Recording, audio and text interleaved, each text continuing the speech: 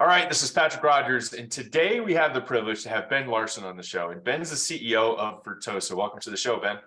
Thanks so much for having me, Patrick. Looking forward to it. Absolutely, man. So Benjamin is the CEO of Vertosa, the cannabis and hemp infusion technology company that creates industry-leading active ingredients and services for infused cannabis beverages across all legal markets. And prior to Vertosa, Ben co-founded Gateway Incubator, California's first business accelerator and co-working space dedicated to the emerging cannabis industry. He's a director and mentor at Founder Institute, where he formerly managed global operations and helped expand the program to over 100 cities around the world globally. Ben also hosts his own podcast, Marijuana Today. He's an active investor, advisor, board member with companies inside and outside of the cannabis industry. He's a recipient of ATACH's Beverage Executive of the Year Award and was recognized by Forbes in 2022 as one of the 42 pioneers to watch in the green rush. So again, Ben, great to have you on the show. Before we dive into Vertosa and your journey, what's one interesting fact that not many people know about you?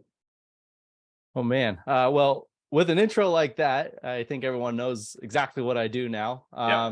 And I guess the thing is, like, before getting into the cannabis industry, I could probably count on two hands the number of times I'd consumed in my life. So I was probably one of the least likely people to have one of all those accolades. Before my life in cannabis, I was doing quite a bit of speaking on the tech circuit. And so I've actually spoke about cannabis to tech audiences in Latvia, Bulgaria, Berlin, you name it. And I became known as kind of like an international weed guy without actually having a ton of experience with weed. It's been 8 years now, so I have a little bit more experience, and we can dive into that a little bit later. But it was not necessarily cannabis that brought me into the cannabis space. So I'm curious then, since you brought it up, what actually brought you into the cannabis space? Yeah, I mean, as you mentioned, I had a stint at Founder Institute, and I just have this passion for helping people achieve and realize their dreams, and a lot of times, and in this context, that's through building companies that they imagine. And growing up, we see entrepreneurship as sometimes for the crazies and the less risk averse. But I think it's something that's an opportunity that everyone should have the ability to experience in their lifetime. Very cool. Very cool. So tell us about Vertosa, man. Tell us about your company. Yeah. It was kind of a mouthful, but the whole intention of the company is that we were kind of behind the scenes, boring technology company that enabled the industry to grow and scale. And so we focus on a nano emulsion technology, which essentially creates the interface between the oil extracts from the plant and make them dispersible in water, like beverages. Which, if you're on video, you can see here in my background. I have beverages throughout my office. We work with over 100 companies in the space, really help kind of launch and propel the category. And as you mentioned in the intro, we do this across all legal markets. And so the cannabis industry is highly fragmented, overregulated. And what we try to do as a business, more than sell ingredients, is really just build continuity, trust, and create a clear path for commercialization in the space. Yeah. So what does nano emulsion technology mean? Yeah. So it's a big word, man. Yeah, it is. It is. And I'm not a chemist, so I'm going to do my best. But we basically, oil does not mix well with water. We know that. That's true. Yeah. There are traditional emulsion systems that allow them to play more friendly. So we see these in salad dressings and ice cream. But when we're talking about a standard emulsion system, we're talking about large droplets. It doesn't really matter how homogeneous it is, as long as it's generally keeping its shape and form. With nano emulsions, we're taking those droplet sizes down and shrinking them as small as possible, and on the scale of nanometers. And so we create these very tiny droplets where density differences with water don't really matter, because it's more the surface tension and the energy in the droplet itself. But the emulsion itself, allows that technology, whether nano or not, allows the two liquids to emulsify, to come together blend homogeneously. That's right. And so we have products on the shelves where 18 months and the oil will never separate from the water. Right. And Right. so it's like you have truly homogeneous Got it. products. The other benefit of nanomulsions is that it's basically pre-digesting the oil so that when it gets into your gut and everything, it's being Mm, absorbed into the bloodstream a lot faster. And so one of the okay. big complaints about cannabis edibles is how long it takes to feel it and Yeah. the unpredictable Like an nature of them. hour 45 or something. Yeah. Well, this takes it and shrinks that down to about, 5 to 15 minutes. And so you're What? getting Really? products that are a lot faster acting, just a lot more Wow. predictable. People are feeling 2 milligrams and deciding whether they want to have more or not. And that's pretty game changing and being able to do so without having to smoke or vape the product. That's very interesting. As someone who's actually dabbling with it and getting into it, I can definitely agree that when I first started experimenting with edibles, I I didn't understand that there was that delay, and by the time I had actually figured out there was that delay, I'd taken too much and was yeah, didn't enjoy the experience as much Yeah. as I could have had I known. And so that's great to know that you can have that fast response through beverages and not have to wait and not have to wait or vape and put stuff in your lungs. That's right. That's right. Yeah. So it's a big movement for us. And like I said, Cool. we work behind the scenes and we just love Yeah. working with other companies and helping Yeah. them get their brands out. Um, Yeah, very cool. So you're kind of in the shadows. You're not in the shadows, but you're in the back. You're part of their team, helping them put together the actual like this portion of the equation. that's right. And are you pretty much like, do you have a lot of competitors in the space?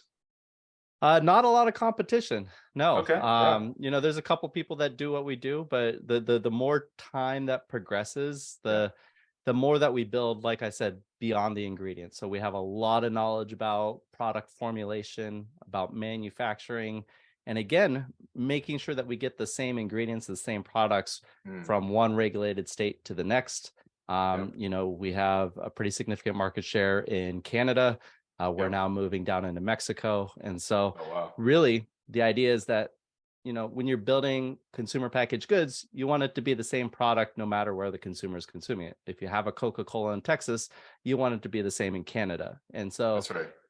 it's the technology that we're producing that is enabling that to be done because otherwise all the other ingredients can be shipped and manufactured to certain SOPs, but the active ingredients, because of regulations, have to be manufactured in those particular local supply chains. Right. They can't ship the active ingredients across state lines or That's right. whatever boundaries it is. Yeah. Gotcha. So it certainly creates a lot of constraints, and a lot of people complain about how complex the cannabis industry is. But as a practitioner of building businesses, I'm a firm believer in that there are these constraints that create opportunities, right? So Yeah. everywhere you see a constraint, there's a potential opportunity to build a moat. Yeah. Very good. And when did you start Vertosa again? Verto's about 4.5 years old now. So Okay. 2018 was when we first launched, but I got back into the industry with, as you mentioned, Gateway. That was Uh-huh. back in 2015. Yeah. So take us through your journey on building Vertosa from 4.5 years ago to where you are now. I mean, I imagine just amazing strategic milestones. Yeah, it's we are venture backed, so it did start with an idea and a little proof of concept, and we raised a bit of capital. So our first fundraise was $500,000. And really, the promise I delivered with that was we're going to build the engine. We're going to prove this out. We're going to show that there's a market.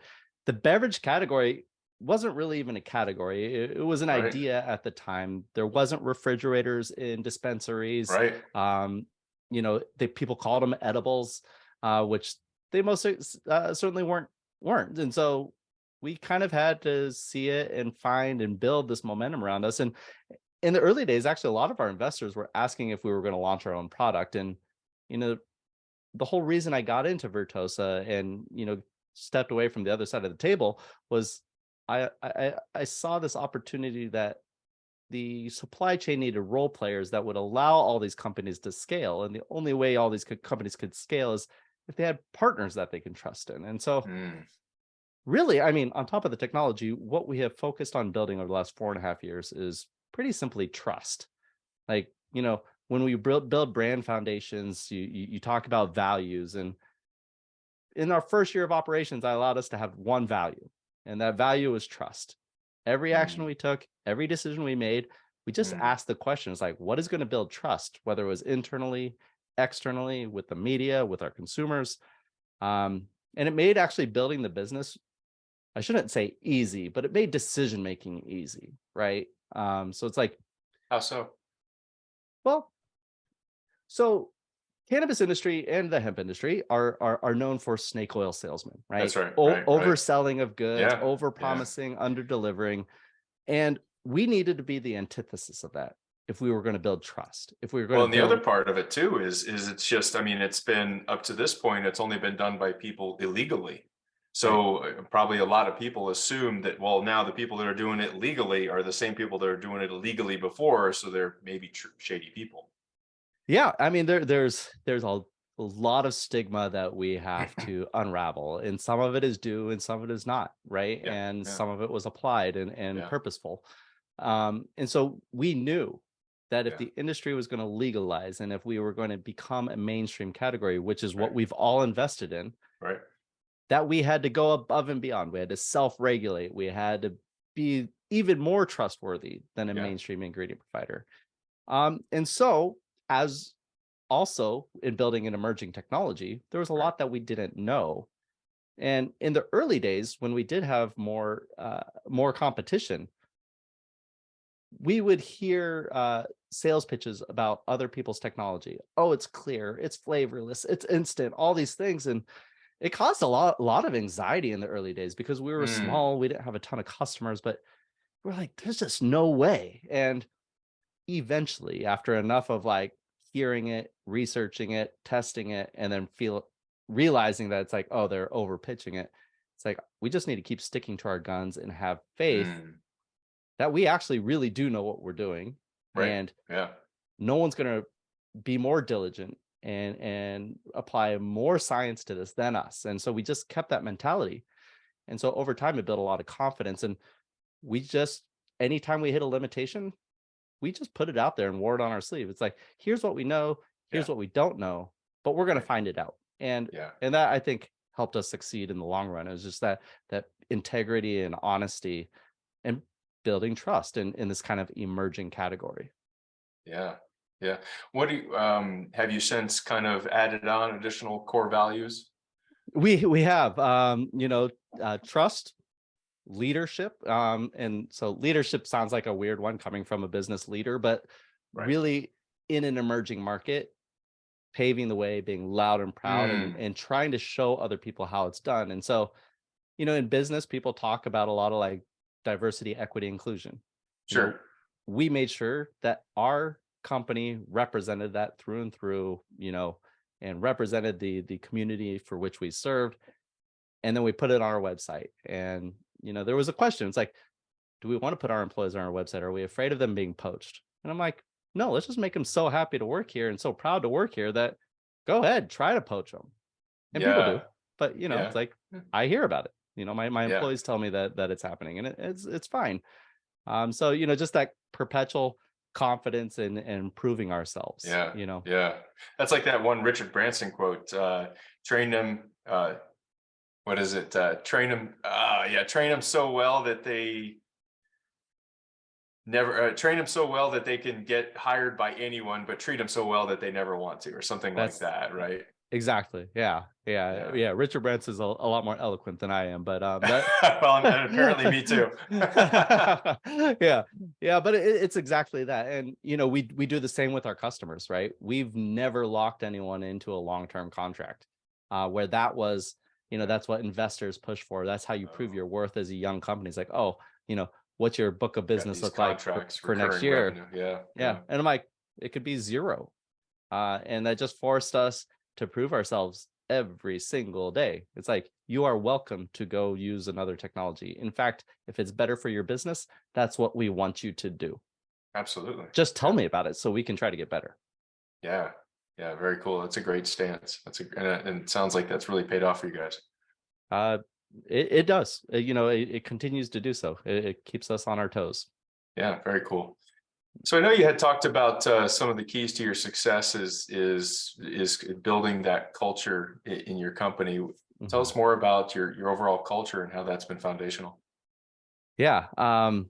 So everything that I've been talking about is kind of really the pinnacle of our culture. Okay. Yeah. We very much, you know, we're there to lead and build trust, and Yeah. we see ourselves as a vehicle to really take this industry that we actually very much see as a public benefit, as a good, and see ourselves as leaders of an entire space. And when you're able to build that and weave it into the company, the people coming up and showing up every day are doing it for a higher purpose. They aren't There just it is. doing it Yeah. for a paycheck. They aren't Yeah. just doing it Yeah. to promote the company, Totally. but Yeah. they believe that the company is the right vehicle to drive the industry forward. And so it's rooted very deep. And this all stems from my adherence to this methodology that I've taught thousands of companies to start with, and that's the brand foundation. And so going through a very thorough process of identifying what your purpose is and what your mission is and what your values and your habits and your voice and your persona, and getting it all down on paper and making sure that every word means something, Yeah. right? Love it. And if you keep that present constantly and you revisit it every year, and you really start to hone it to make sure that this is what the company stands for, then you're building something that far transcends what you as a leader can instill into the company, right? So Because how it's do been built by the company. Yeah, so how do you execute on that then? How do you guys keep it in front of your team and keep it constant? What kind of tangible things do you do? Yeah, I mean, we quite literally break it out in front of the team every year in a company offsite, and we kind of Yeah, walk through it and we say, is this still relevant? Is this still who we are? Is this how we still want to make decisions? awesome. Yeah, And then anytime we're making a big decision, or anytime there's a disagreement on a decision being made, we break out the brand foundation. Like, all right, which direction is more in line with who we are as a company? Not what Ben thinks as a leader of the company, but what the company thinks. Because, anyone that incorporates a company knows like the tax laws and everything around it. It's like your company is a person. yeah, And so you should treat totally. it like one. Right. And, and, Oh, and wow. and if we're doing our job as leaders, the company should long survive our existence in the company, right? And Yeah, that's just generally how I've always uh, ran Vertosa. It's I told my team, if I'm ever in a position where you think there's a better CEO to run this company, by all means, let's bring him in, because this company has a lot going on, and I have finite knowledge, I have finite experience, and I learn very quickly, and I'm very open and curious. So like I hope that I can keep pace with the company. But if there is ever a time where someone more professional or more experienced than myself is needed, by all means, let's bring him in, and I'll step aside and find a different role for myself. well, I mean, that's just shows your humility and empathy. But yeah, I mean, your humility as a leader, that's fantastic, and lack of ego. Yeah, that's cool, man. Thanks, man. Yeah, and I maybe that's a big part of our culture is lack of ego. When I see what happens in the day to day, because we have a complex business and still a relatively small team, I see a lot of teamwork, I see a lot of collaboration. Like our chief scientist and founder was just flew out to Missouri for 3 days because he needed to do a manufacturing run. Like these are tasks typically set aside for our traveling technician role, but we were out of traveling technicians. We had to be in 5 places at once, and so founder of the company out there turning the crank, getting it done, and meeting with the clients. And I think it's just that mentality of like we're all working here to get it done, and we have no ego. Um, Really builds like an amazing culture, and it's really rewarding to show up every day and just see how everyone takes ownership over everything. Um, you Yeah, know, which is so key. The more you can get everybody to take ownership. yeah. Um, so what's next for you guys? What's going on in your near future? Good question. We it's so multifaceted working in this industry. We focus a lot on like what's happening outside of our control, like in the Right. in the advocacy and the politics Okay. and all this. And Uh-huh. it's starting to we're starting to see a lot of momentum build actually from big alcohol coming into the space. There was this announcement that, Oh, you know, the wine and spirits distributors are starting to voice their support for legalization. And anyone that is in business can understand that there's probably some financial drivers for those comments. And it's just like, oh, they're ready. Okay, they're coming. And so we have to be prepared to play with the big guys. And these companies like Southern Glacier, RNDC, like big wine and spirits distributors, they have more money than the entire cannabis industry combined. And so, you know, we have to set our ego aside and realize that's like, we can lobby and we can yell and scream and you know, pound our fists as loud as possible. Right. But these are the big boys. But it's going to pale in comparison to the money that's already being spent behind the scenes that we don't know about. Right. Yeah. And so it's like a little bit of it's just preparing for that and making sure that we are impressive to these big companies. And, you know, that's why it's a big feather in our cap to work with companies already like Boston Beer Company, Lagunitas, Pabst, you know, like the ones that have taken the risk to get into the space. Yeah. So what kind of things are you doing to make yourself look good? Trust, man. It all comes down to building trust. You know, making sure that we have the certifications that prove that we're checking ourselves. You know, we have the hemp side of our business where we have certified organic offerings where people didn't even know that was a thing when you're talking about something as scientific sounding as nano emulsions, right? So we've been able to do that, getting GMP certified, building out new facilities that we're proud to tour people around. And I'll acknowledge some of this is a privilege of getting as far as we've gotten. It's not cheap to build out these facilities, but this is what it takes. And then the other thing is, and anyone can do this, like it's being an advisor to these companies where this is a complicated industry and we know it better than anyone. And so it's like, I'm on a text basis with a lot of like business leaders of these very large companies because they're asking me, they're texting me like, Ben, if we were to go into 4 states next year, which 4 states would we go to? Which manufacturers should we use? What testing labs do we need to use? You're so knowledgeable in the industry. Yeah. And so it's just like, it's that moment where I'm realizing it's like, okay, the body of knowledge that we've built is now the product. And so like investing and continually growing that. Do you see yourself getting bought out by one of these big companies? Potentially, you know, never know, right? It's, I mean, when you are venture backed again, which we are, that is the general promise to the investors, right? They're going to get their outsized returns in 5 to 7 years, maybe 10. And that only comes through a number of different ways, right? And so acquisition in the cannabis industry is the most likely, unless it's some opportunistic go public on the Canadian, you know, stock exchange, something like that, which that time has largely passed. Yeah, for the most part. Not to say that it's not going to come back. Like if cannabis got legalized in the UK and it all of a sudden created access to the UK financial markets, I guarantee you'd see a lot of US companies popping up headquarters in the UK and then trying to go public, right? So that is, you know, stuff like that is one opportunity. What I always recommend to founders is that you just build the best damn company that you can. And you build it and scale it and try to find the opportunities to create the biggest impact. You don't preclude those opportunities, but what you do is just build the best damn company that you can. And at some point that will either be interesting to someone for purchase or it's going to make you big enough so you can go public. And those are the 2 major ways to get your money out, right? As a venture backed company. Yeah, very good. Very cool, man. So you mentioned you were looking to expand down in Mexico as well. Yeah. So, you know, this industry is interesting. It's this like universe that's constantly expanding and growing. And so Mexico was one of the countries that recently legalized in the last couple of years, but the rollout has been slow. And just recently they announced a license that they were giving to a vertically integrated manufacturer.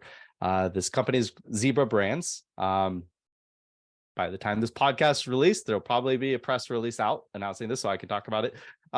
They are Canadian based. They are beverage focused, and we already work with them in Canada, and they got this license down in Mexico.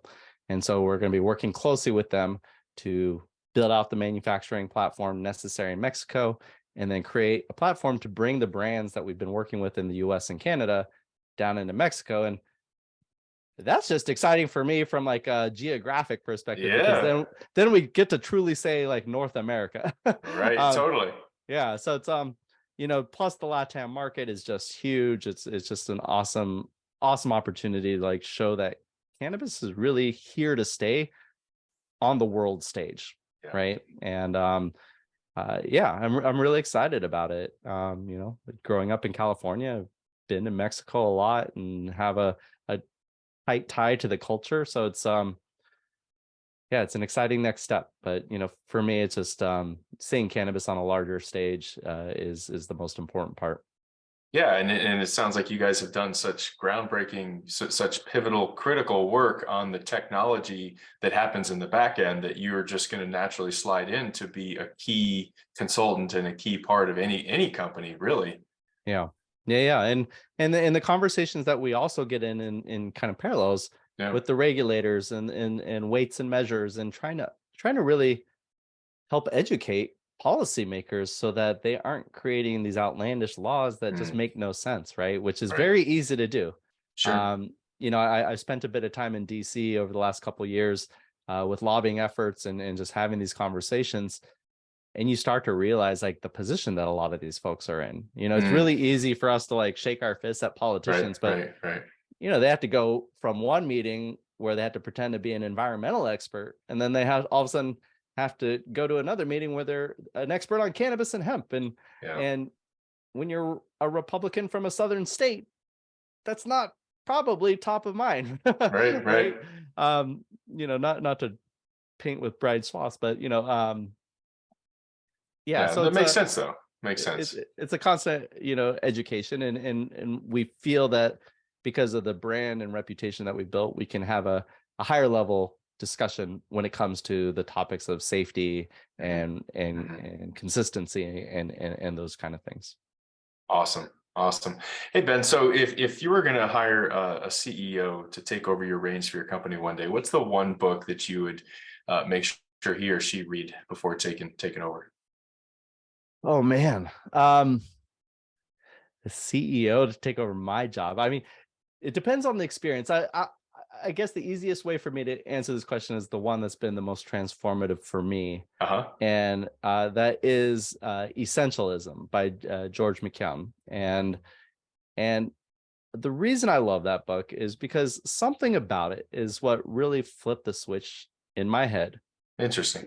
That allowed me to just unabashedly focus on what was absolutely essential for me and for my business, right? Really focus and to not feel any guilt about focusing, right?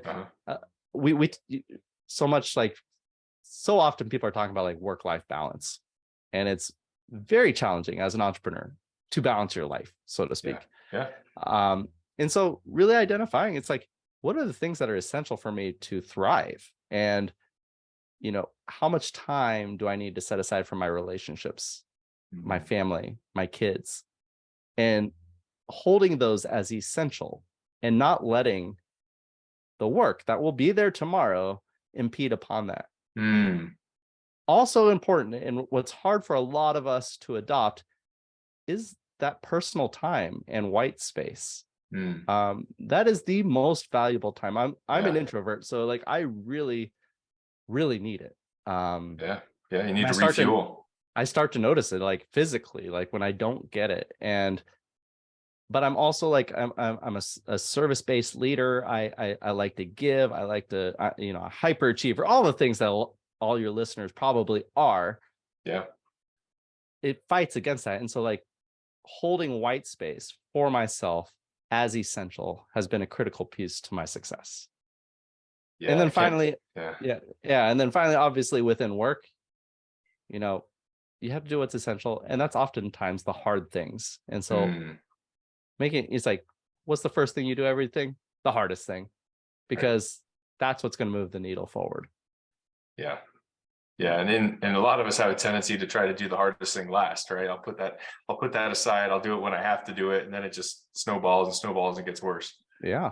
Yeah. And sometimes the Yeah. hard things are just big things, right? And you know, I feel like we could go down so many threads here, Yeah, but it's right. just like with this one, it's just like, you know, you break it down, you have to break it down so that you can at least achieve piece after piece and really get it done, right? That's the hard thing. But yeah, Very cool. essentialism, it's a great book. It's a super easy read, but Awesome. yeah, something about it just clicks. Cool, man. Let me take a few minutes and kind of summarize some of my takeaways from today. First one was really when you came onto the market, and really any company can take this and really run with it. Any new company, especially, is focusing on building trust, really getting that brand foundation. So many people, they may have a vision, they may have a mission, but they don't really do anything with it. And so what you've done is you've taken your purpose, mission, you've created your company voice, you've created its own EIN number, for lack of better words, right? Its company's its own avatar, its own living being, habits. And you've created that, and that's your voice to the world. And then you reinforce that on a regular basis with your team with a number of different ways. And one was I loved is anytime there's a big decision, you guys are breaking out that brand foundation and you're utilizing this avatar that you created to make that decision. That's fantastic. Last one I'll bring up is your culture, and you've created it by, number one, humility and lack of ego. So great stuff, man. So let me ask you, if there was one takeaway that you would really want the audience to absorb from our time together today, what would that be? Yeah. I don't know. You did such a good job at summarizing it. I'm going to take this opportunity to pull on one of those threads. And so, please. you know, double clicking on the protecting the white space for yourself and the relationships. And part of that I've done tactically is, let's use a common term like finding my tribe, right? And so it's like taking the time and investing in groups that are similarly minded as myself, you know, that are other entrepreneurs, other CEOs, other leaders of companies, that it can be a lonely journey at times. You make a lot of big weighty decisions that you can't always share with your business partners because they might be the one you're making a decision about, right? And so, you know, finding your tribe and protecting it and getting buy-in from your significant other, be like, I need to go spend time with these people. And so, you know, shout out to my Vistage group that I meet with monthly, keeps my head on straight. I call it like my monthly CEO therapy. You know, my brothers at the Frontier Club, I love you guys. Like these guys are all around the world, and they're just, keep me centered and knowing that I'm on the right track, both as a man, a human, and a business leader. Yeah, very good. Protecting the white space. I love that, man. Yeah. So Ben, if any of our listeners want to reach out and get a hold of you, perhaps for Vertosa or for questions on the podcast, what's the best way that they could do that? Yeah, shoot me an email. It's the letter B at vertosa.com. V as in Victor, ERTOSA.com. Great. Awesome, Ben. Hey, thank you so much for being on the show. This was great. No, I appreciate you, Patrick. This is awesome. Yeah, very cool. And for the audience, please hit the like and subscribe button and help us spread the word about what we're doing. We're helping the next generation of leaders and CEOs be that much more successful. With that, this is your host, Patrick Rogers, and we'll see you on the next episode. Thanks a lot.